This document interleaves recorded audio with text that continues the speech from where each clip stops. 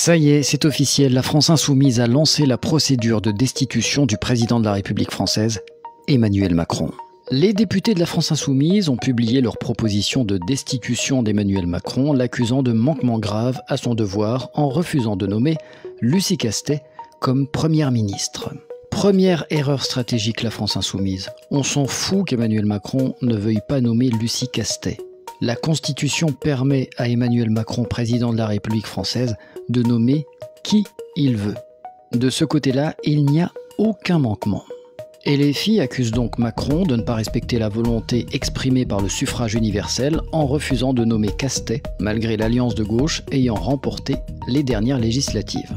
Oui, vous arrivez premier au deuxième tour, le nouveau Front populaire, ça c'est factuel. N'oubliez pas cependant que c'est grâce au processus des barrages, avec notamment une alliance avec les macronistes. Il me semble de mémoire que c'était tout sauf le RN. Tout n'est pas à jeter dans cette proposition de la France insoumise.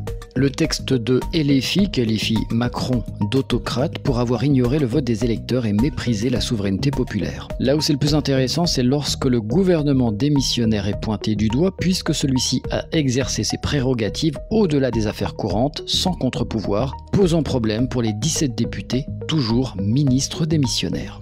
Ce qui est marrant, c'est que tout le monde se plaint de Macron, les citoyens et les différents élus, les parlementaires, que ce soit les députés ou les sénateurs, mais ceux qui vont voter la destitution seront malheureusement minoritaires. Le Rassemblement national a d'ores et déjà annoncé qu'il ne voterait pas cette destitution. Il y a 1001 raisons de destituer le président autocrate Emmanuel Macron, et pourtant l'opposition ne s'opposera pas.